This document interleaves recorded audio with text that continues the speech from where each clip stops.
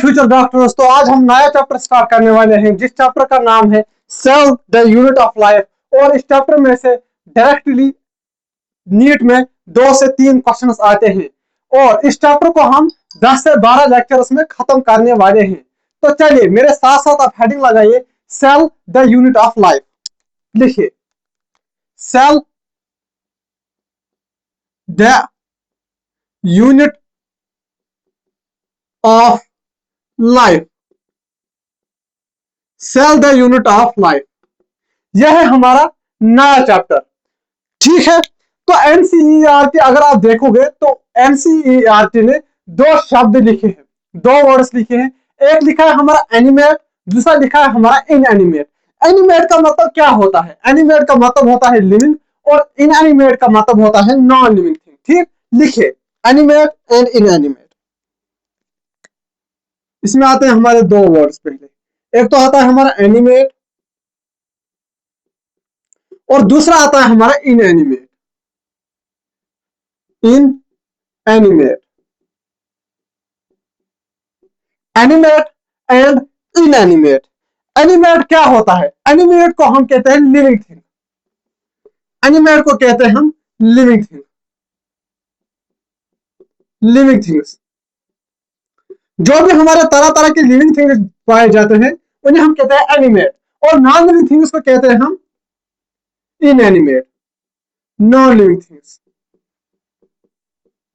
Non living things. ठीक है, तो हमारे पास एनसीईआरटी ने 2 वर्ड्स बताए हैं। एक बताया है एनिमेट, दूसरा बताया हमारा इनएनिमेट। एनिमेट मतलब लिविंग और नॉन इनएनिमेट मतलब non living.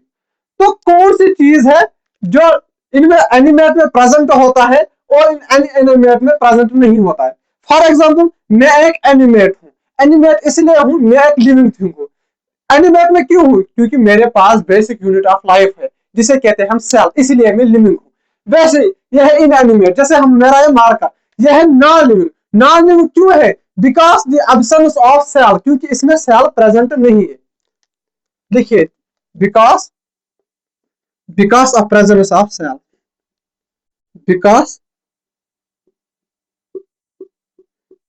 Of presence of cell, cell की वजह से लिविंग है। और इनएनिमेट नॉन लिविंग क्यों होता है? इनएनिमेट में क्या होता है? बिकॉज ऑफ, हम किसी भी चीज को इनएनिमेट इसीलिए कहते हैं क्योंकि उसमें सेल प्रेजेंट नहीं होती है। Because of absence of cell, absence of cell, क्योंकि इनमें सेल एब्सेंट होती है। ठीक, तो यह है हमारे एनसीईआरटी के पहले ग्राफ की कुछ पहले 2-3 लाइन्स। नोट कीजिए। अब मैं आपको, हमने लिविंग ऑर्गेनिजम्स को 2 हिस्सों में डिवाइड किया। एक तो होता है यूनिसेलुलर, जिनमें खाली एक सेल मिलता है। दूसरा होता है हमारा मल्टी सेलुलर, जिनमें दो से ज्यादा, एक से ज्यादा सेल्स मिलते हैं। कि लिखिए, चलिए इसके बाद में आपकी दूसरी हेडिंग लगाऊंगा। कीजिए नोट, किया नोट? चलिए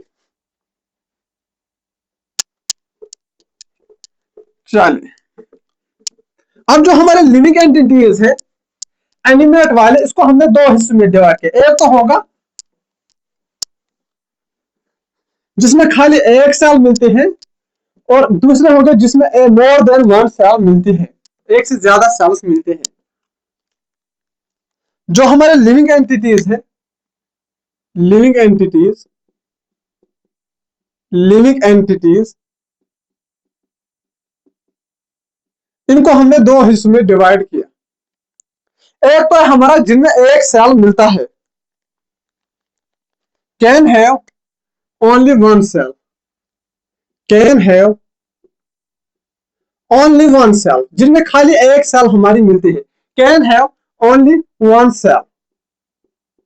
दूसरे आते हैं हमारे can have more than 1 cell, जिनमें एक से ज्यादा सेल्स मिलते हैं, can have more than 1 cell, जिनमें एक से ज्यादा सेल हमारा मिलता है। और जिनमें खाली एक ही सेल मिलता है उन्हें हम कहते हैं यूनिसेलुलर, उन्हें हम कहते हैं यूनिसेलुलर। लिखिए, उन्हें हम कहते हैं यूनिसेलुलर।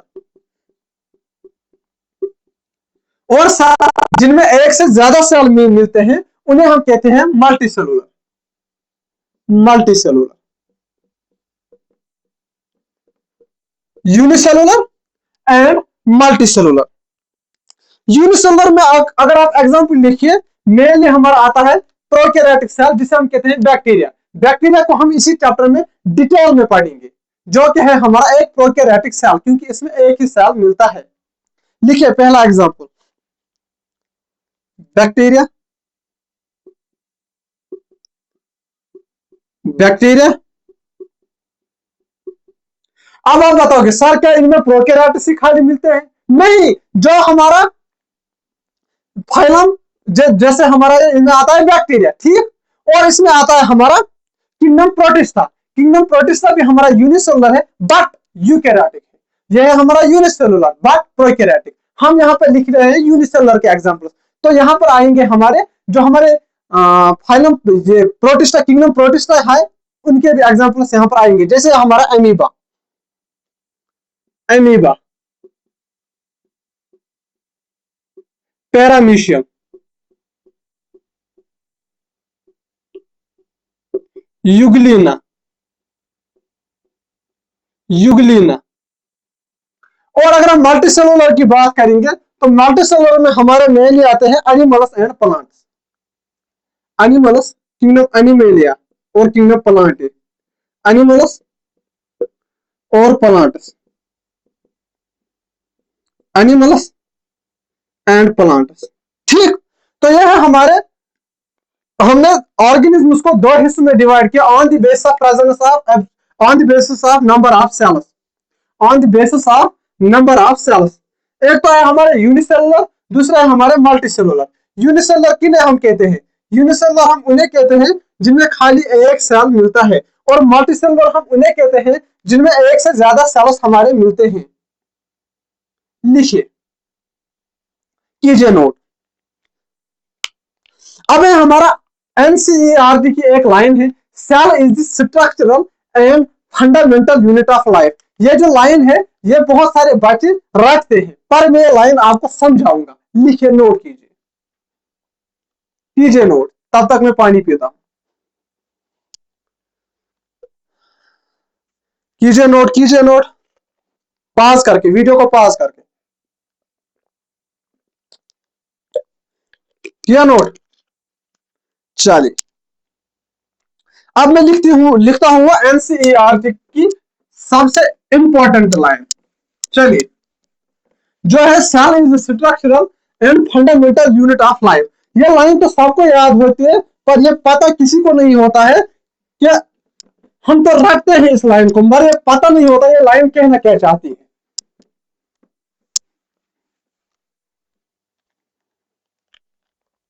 लिखिए ये line, cell is the, cell is the structural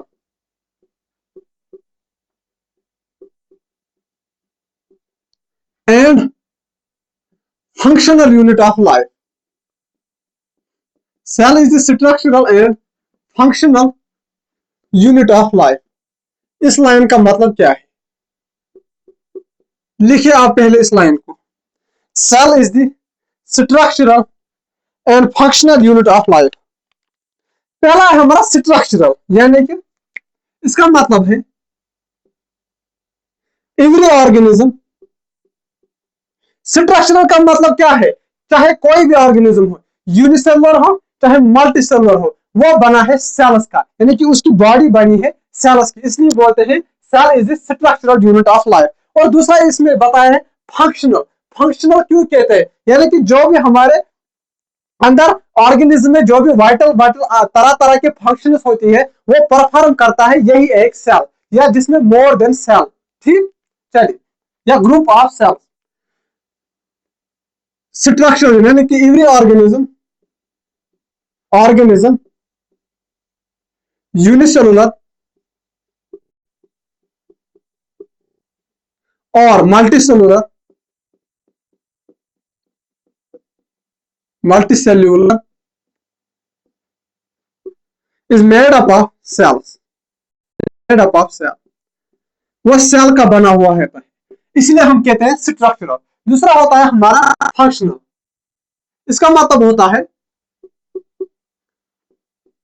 cell performs all vital functions. Vital functions क्या होता है?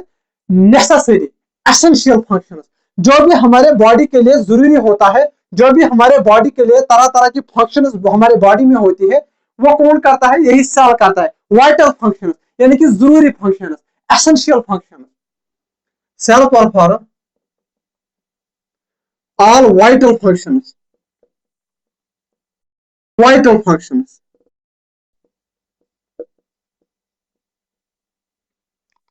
सेल हर सेल क्या करता है? तरह तरह की फंक्शंस करता है। यहां पर एक वर्ड है वाइटल। वाइटल मतलब क्या है? एसेंशियल।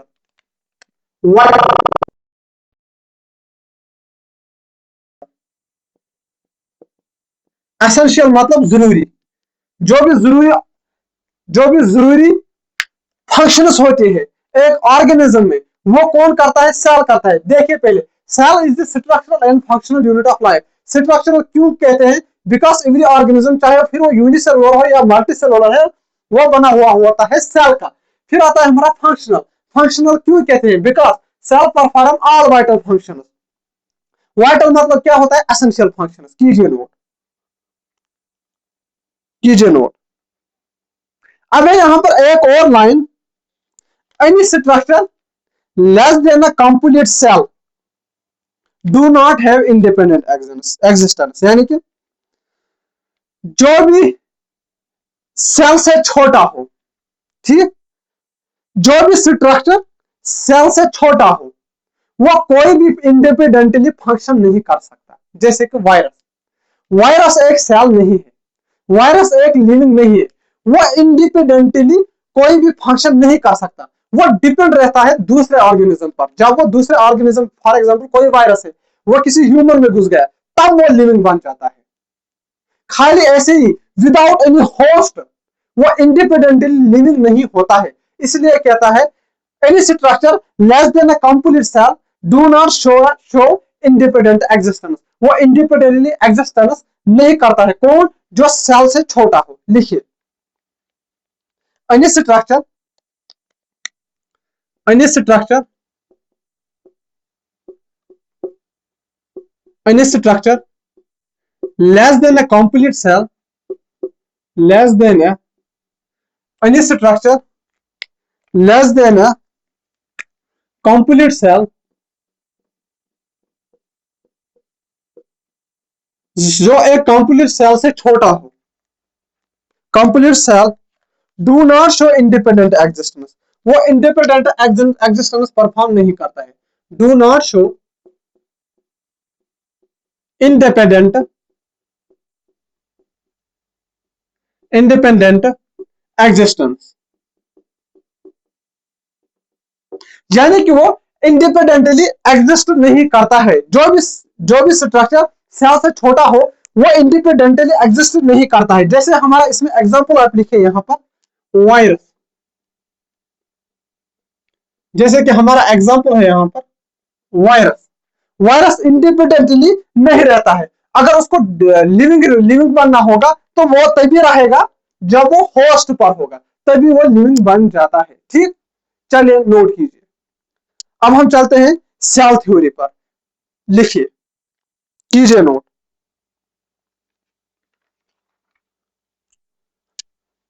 सेल थ्योरी पर चलने से पहले हम चलेंगे डिस्कवरी ऑफ सेल। सेल पहले डिस्कवर किसने की थी? पहले आते हैं हमारे डेड सेल, जो डिस्कवर की थी रॉबर्ट हुक ने। फिर आते हैं हमारे लिविंग सेल। लिविंग सेल हमारी डिस्कवर की थी एंटोन वन लिविंगहॉक। फिर आता है हमारा न्यूक्लियस। न्यूक्लियस डिस्कवर किया था रॉबर्ट ब्राउन ने। लिखिए, किया नोट? चलिए रब करूं। चलिए, अब लिखिए, आप हेडिंग लगाइए मेरे साथ साथ, discovery of cell.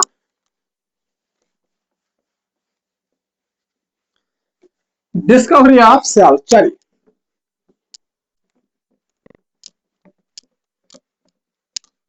Discovery of cell बता दीजिए ना सर। डिस्कवरी ऑफ सेल बता दीजिए ना सर। अभी बताता हूं, लगाइए हेडिंग मेरे साथ साथ, डिस्कवरी ऑफ सेल।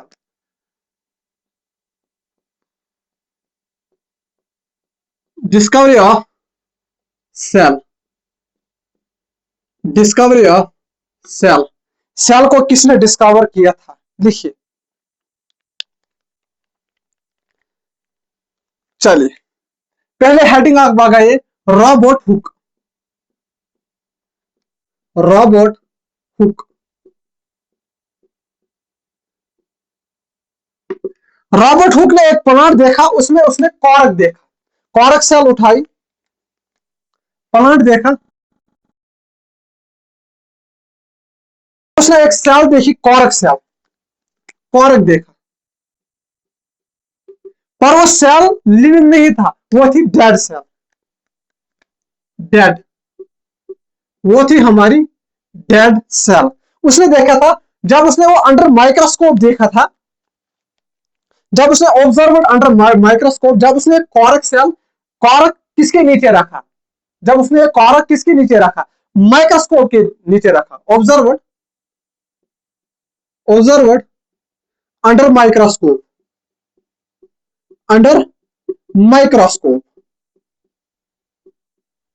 जब उसने माइक्रोस्कोप के नीचे देखा तो उसने पाया honeycomb like structure. Honeycomb like structure, ऐसे मधुमक्खी का छत्ता, जहां पर मधुमक्खी रहती है। Honeycomb like structure, honeycomb like structure, ये उसने देखा था।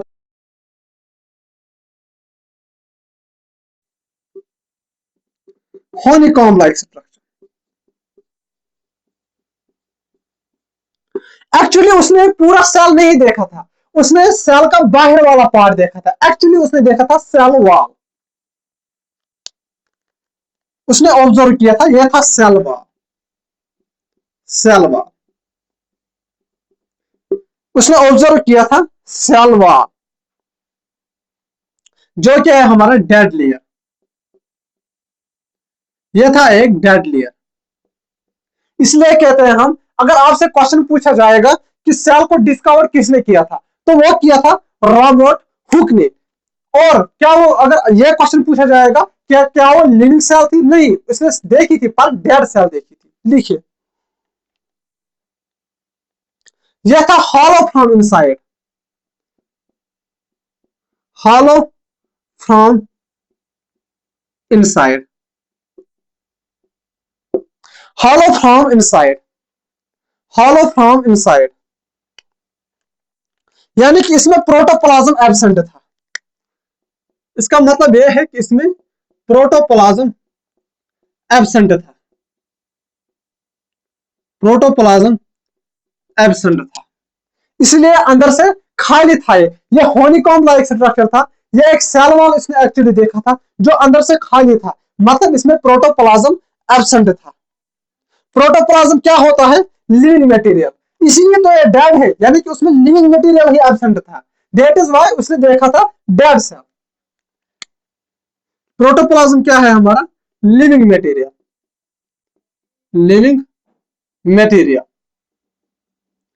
लिविंग मटेरियल उसने देखा था एक्चुअली, लिविंग मटेरियल। तो यहां पर आप लिखिए, actually he observed, actually he observed only cell wall, यानी कि इसने खाली सेल वॉल देखा था, not a living cell. Living cell नहीं देखा था, नॉट ए लिविंग सेल, नहीं देखा था। अब आपके दिमाग में क्वेश्चन उठता होगा कि ये लिविंग सेल एक्चुअली किसने देखा था। वो है हमारा नेक्स्ट साइंटिस्ट, जिसका नाम था एंटोन वॉन लिविनहाक। उसने खाली एक सेल नहीं देखी, उसने आरबीसी सेल भी देखी, उसने स्पर्म सेल भी देखी, उसने तरह तरह के सेल्स देखी, इसलिए हम बताते हैं एंटन वुन लीवेनहॉक ने पहले, अगर आपसे क्वेश्चन पूछा जाएगा कि सेल किसने डिस्कवर की, तो आप आंसर लगाओगे रॉबर्ट हुक। बट अगर आपसे क्वेश्चन पूछा जाएगा who discovered the living cell, तो वहां पर रॉबर्ट हुक नहीं जाएगा, वहां पर जाएगा एंटन वुन लीवेनहॉक। कीजिए नोट। अब हम बढ़ते हैं अगले साइंटिस्ट पर।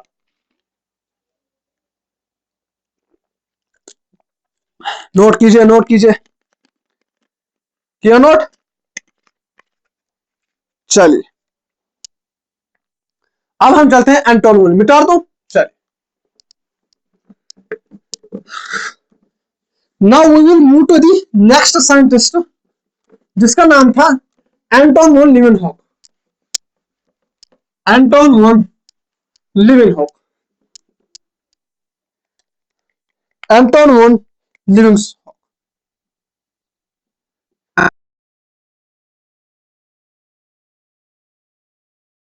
Leeuwenhoek,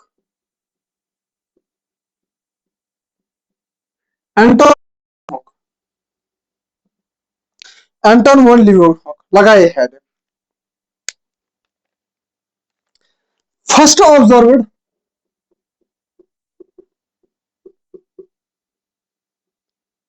first observed living cell under microscope.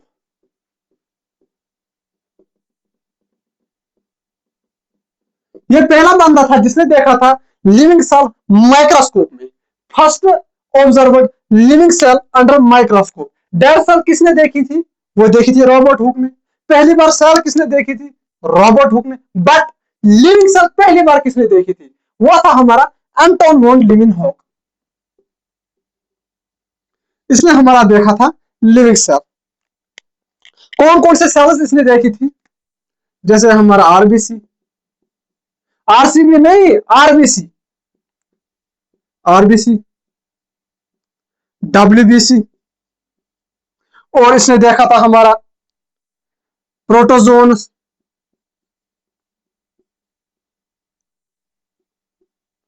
Spermatozoa यानी कि स्पर्म सेल, स्पर्मेटोजोआ। तो इसने अलग अलग लिविंग सेल्स देखी थी अंडर माइक्रोस्कोप। इसने बैक्टीरियल सेल भी देखी थी, बैक्टीरियल सेल। इसने एक्चुअली बैक्टीरियल सेल भी देखी थी। ठीक, तो जो हमारा एंटन वॉन लीवेनहॉक है, इसने देखा था living cell under microscope, RBC, WBC, protozoans, spermatozoa, bacterial cell. ठीक, इसके बाद आता है हमारा रॉबर्ट ब्राउन, तीसरा scientist, Robert Brown. Robert Brown ने क्या डिस्कवर किया था? Discovered the nucleus. इसने न्यूक्लियस देखा था, डिस्कवर्ड न्यूक्लियस। इसने हमारा न्यूक्लियस देखा था। ठीक, तो यह है हमारी डिस्कवरी ऑफ सेल। अब हम बढ़ते हैं आगे और हम बढ़ते हैं सेल थ्योरी, जो दी थी मैथियस स्केलेटन ने और थियोडोर शिवान ने। और जो हमारा मैथियस स्केलेटन है वो है जर्मन बॉटनिस्ट, और जो हमारा थियोडोर शिवान है, अगर आप पुरानी एनसीईआरटी देखोगे तो उसमें दिया हुआ है थियोडोर शिवान है हमारा ब्रिटिश जोलॉजिस्ट। लेकिन नई एनसीईआरटी में दिया हुआ है वो भी है जर्मन और ये भी है जर्मन, दोनों जर्मन है। Matthias Schleiden German botanist, Theodor Schwann German zoologist. ठीक, यहां पर कंफ्यूज मत लिखिए हो जाइए, आपको जर्मन ही लिखना है, आपको ब्रिटिश नहीं लिखना है। ब्रिटिश दिया था पिछले एनसीईआरटी में, पुरानी एनसीईआरटी में, लेकिन अगर आप नई एनसीईआरटी देखोगे तो वहां पर दिया हुआ है जर्मन। नोट कीजिए,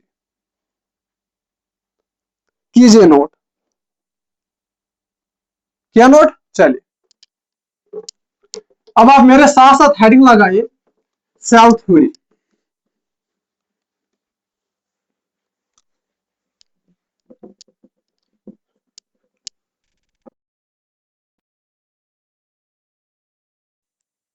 cell theory, cell, cell theory.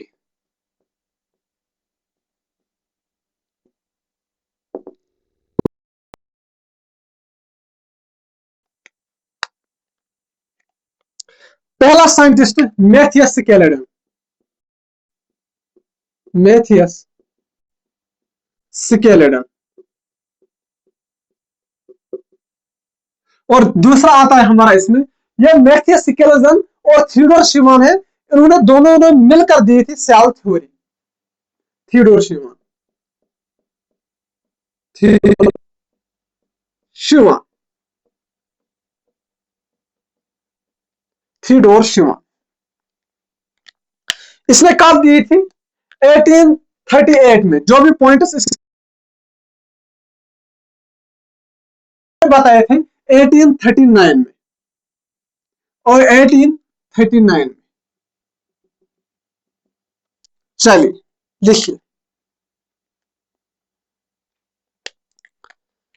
यह है हमारा German botanist, German botanist.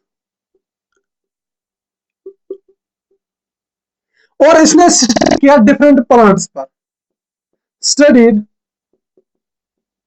Different plants.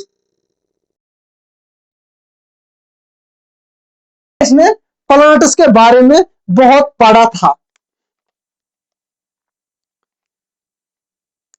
इसमें बताया था जो ये प्लांट्स है आर कंपोजिट ऑफ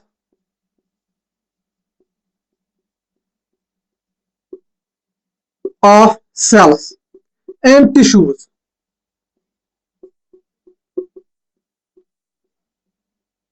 जो हमारा मैथियस स्केलेटन है, इसने बताया था जो प्लांट्स होते हैं ये बने हुए होते हैं सेल्स के और टिश्यूज के। टिश्यू क्या होता है? टिश्यू होते हैं ग्रुप ऑफ सेल्स, जब बहुत सारे सेल्स मिलते हैं तो वो बनाते हैं tissue.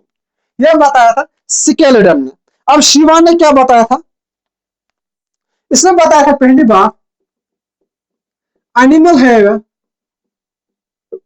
Animal hair thin outer layer.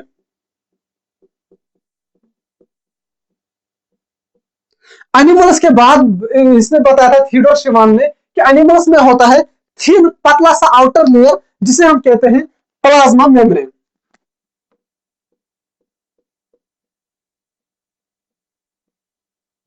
और इसने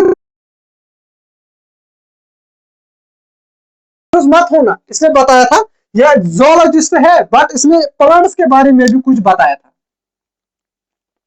यह था हमारा जर्मन जोलॉजिस्ट, जैसे यह है हमारा जर्मन बॉटनिस्ट, यह था हमारा जर्मन जोलॉजिस्ट, जर्मन जोलॉजिस्ट। इसने बताया था दूसरा पॉइंट कि सेल वॉल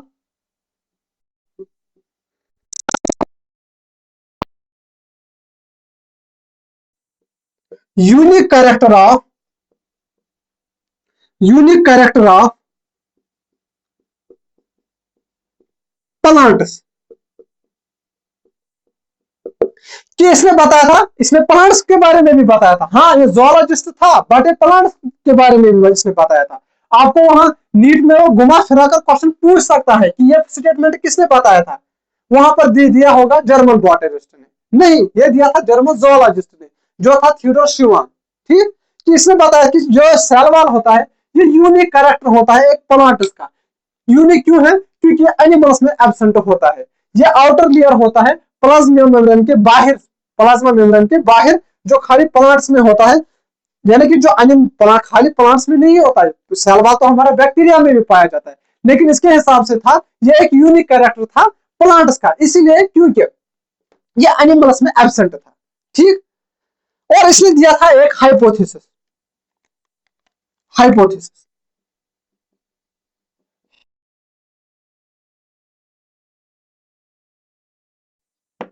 इसने एक हाइपोथेसिस दिया था कि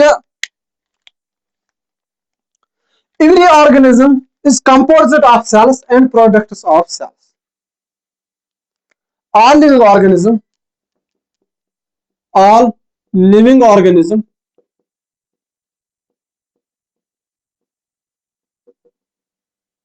all organism living organism are composed of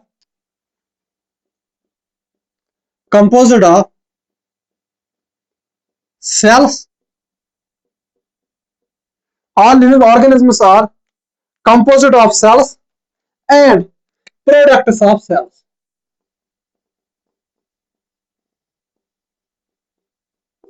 And products of cells. या इसने एक और हाइपोथेसिस दिया था, किसने? थियोडोर शिवा ने, जो कि एक जोलॉजिस्ट था। इसने बताया हमारा कि जो ऑर्गेनिजम्स है ये बने हुए होते हैं सेल्स के और प्रोडक्ट्स ऑफ सेल्स। ये इसका मतलब क्या है प्रोडक्ट्स ऑफ सेल्स? जैसे हमारी एक सेल है, इसमें तरह तरह के ऑर्गेनेल्स है, हाँ, राइबोसोम वाइबोसोम, ये है प्रोडक्ट्स ऑफ सेल्स। कोई नई सेल इनसे भी बनती है, यानी कि ये इसने बताया था cells are composed of all organism are composed of cells, यानी कि हर एक ऑर्गेनिज्म सेल्स का बना हुआ होता है या प्रोडक्ट्स ऑफ सेल्स का बना हुआ होता है, या एक ऑर्गेनिज्म है जिसमें प्रोडक्ट्स ऑफ सेल्स होंगे, सेल्स के कुछ हिस्से होंगे, ठीक, यानी कि यही है इसका मतलब। अब एक सवाल आता है एक्सेप्शन ऑफ सेल थ्योरी कि where new cells are formed. इसमें इन्होंने तो बताया था 1838 में और 1839 में, इन दोनों ने तो मिलकर सेल थ्योरी दी थी, बट ये एक चीज का आंसर नहीं दे पाए। लोगों ने क्वेश्चन पूछा, आपने तो ये बताया, ठीक, पर ये बताइए कि नए सेल्स कहां से आते हैं, where new cells are formed. तो इसके लिए एक और साइंटिस्ट आया जिसका नाम है रोडोल्फ विर्को। उसने बताया था हमारा ओमनी सेलुला ई सेलुला, यानी कि new cells are formed pre existing cells. कीजिए नोट, ये मैं अगली स्लाइड में बताऊंगा आपको। देखिए,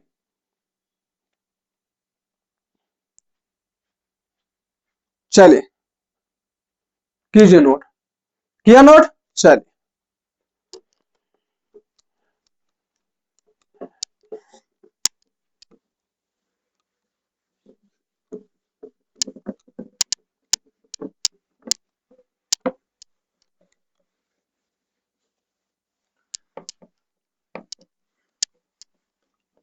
तो आप यहां पर एक लाइन लिखिए कि सेल थ्योरी वाज फॉर्मुलेटेड। अगर आपसे पूछा जाएगा कि सेल थ्योरी किसने दी थी, आप लिखोगे Matthias Schleiden and Theodor Shiva.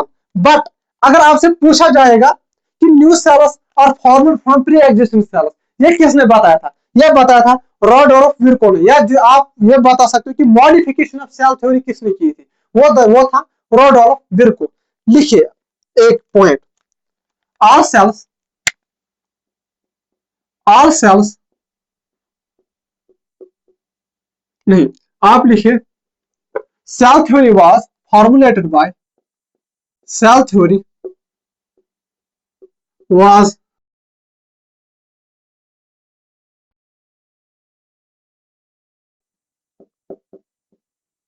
formulated by Schleiden and Schwann. दोनों ने मिलकर दी, Schleiden and Schwann, Schleiden and Schwann, Schleiden and Schwann ने दी थी सेल थ्योरी। इस सेल थ्योरी का क्या कहता है हमें? ये कहता है all living organisms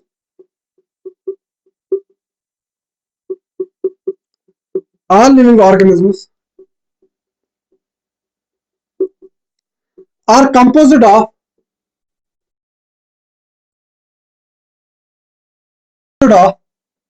cells and product of cells.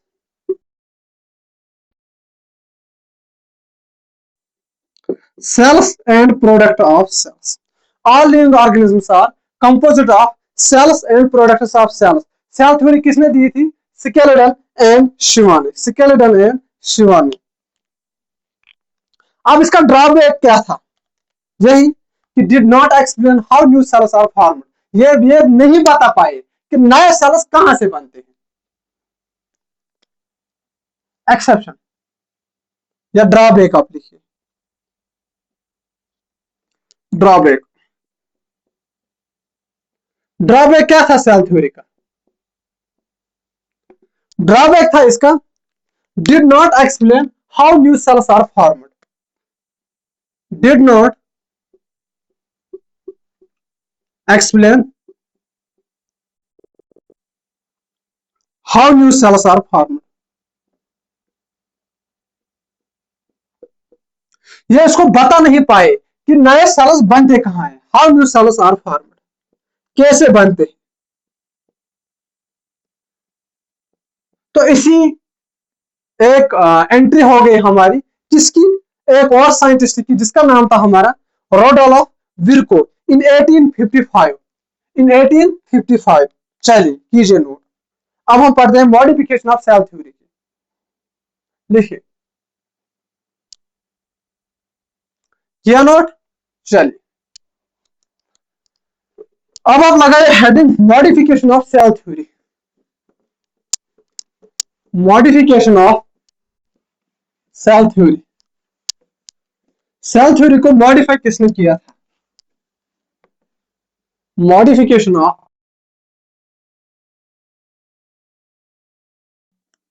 Modification, modification of cell theory,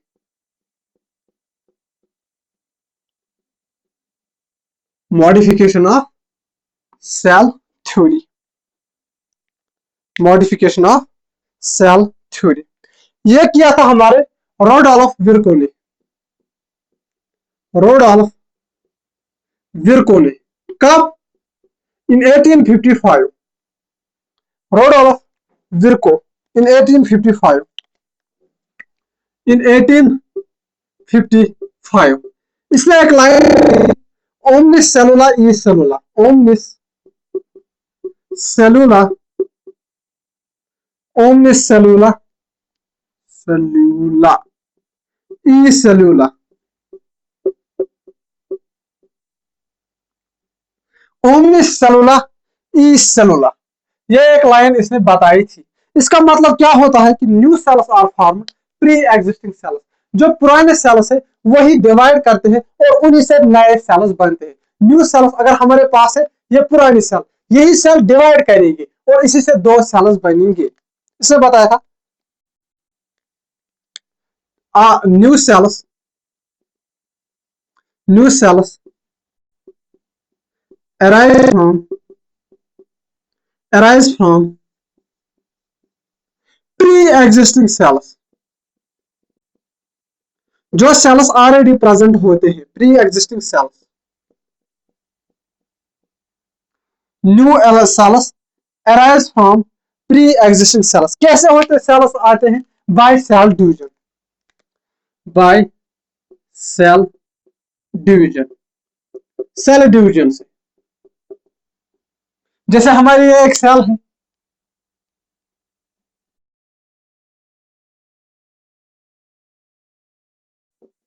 और इससे हमारे बन गए दो सेल्स, न्यू सेल्स।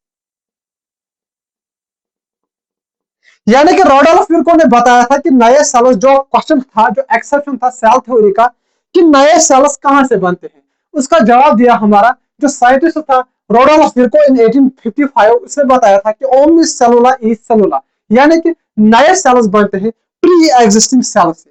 तो यहां पर हमारी सेल थ्योरी हो जाती है खत्म। तो रोडोल्फ विर्को ने क्या दिया था, इसने दिया था give final shape, final shape to cell theory. इसने एक फाइनल शेप दी थी सेल थ्योरी की, या जिसे आप कहेंगे modern cell theory, modern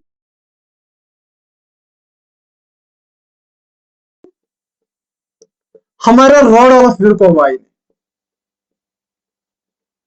modern cell theory. ठीक, तो इसी के साथ आज का लेक्चर हमारा यहीं पर समाप्त होता है। तो हमने आज पढ़ा introduction of cell, discovery of cell, और हमने पढ़ा सेल थ्योरी। इसमें हमने तीन साइंटिस्ट पढ़े। अगर मैं डिस्कवरी ऑफ सेल की बात करूंगा, मैं अब इंट्रोडक्शन में मैंने आपको बताया एनिमेट और इनएनिमेट, उसके बाद मैंने बताया यूनिसेलुलर और मल्टीसेलुलर, और उसके बाद मैंने बताया क्या पढ़ा है मैंने आपको, डिस्कवरी ऑफ सेल, जिसमें मैंने आपको तीन साइंटिस्ट के नाम बताए। रॉबर्ट हुक, उसने सेल देखी थी पहली बार, पर वो डेड सेल थी। फिर मैंने बताया एंटोनियो ल्यूवेनहॉक, एंटोनियो ल्यूवेनहॉक ने पहले लिविंग सेल देखी थी। उसके बाद आता है हमारा रॉबर्ट ब्राउन, जिसने क्या देखा था, हमारी न्यूक्लियस देखा था उसने न्यूक्लियस डिस्कवर किया था। उसके बाद cell theory, Schleiden and Schwann, ठीक। और उनका कहना था कि all organisms are composed of cells, और all organisms are composed of cells and product of cells। फिर आए रोडोल्फ को पर्व, जो हमारे थे शिवान और स्केलेटन, वो जवाब नहीं दे पाए। किसका जवाब नहीं दे पाए कि नए सेल्स कहां से बनते हैं। इसलिए आए हमारे रोडोल्फ को इन 1855। उसने बताई थी हमारे ओनली सेलुला इज सेलुला, जिसका मतलब होता है नए सेल्स बनते हैं पुराने सेल्स से। और इसने दी थी फाइनल शेप तो सेल थ्योरी, किसने, रोडोल्फ ने। इसलिए दी थी, हम कह सकते हैं कि मॉडर्न सेल थ्योरी दी थी हमारी रोडोल्फ ने। तो इसके साथ हम पढ़ते हैं अगले लेक्चर में shape of cell, size of cell. तो इसी के साथ आज का लेक्चर हम यहीं पर समाप्त करते हैं। पढ़ाई करते रहिए। Tata bye bye, love you all.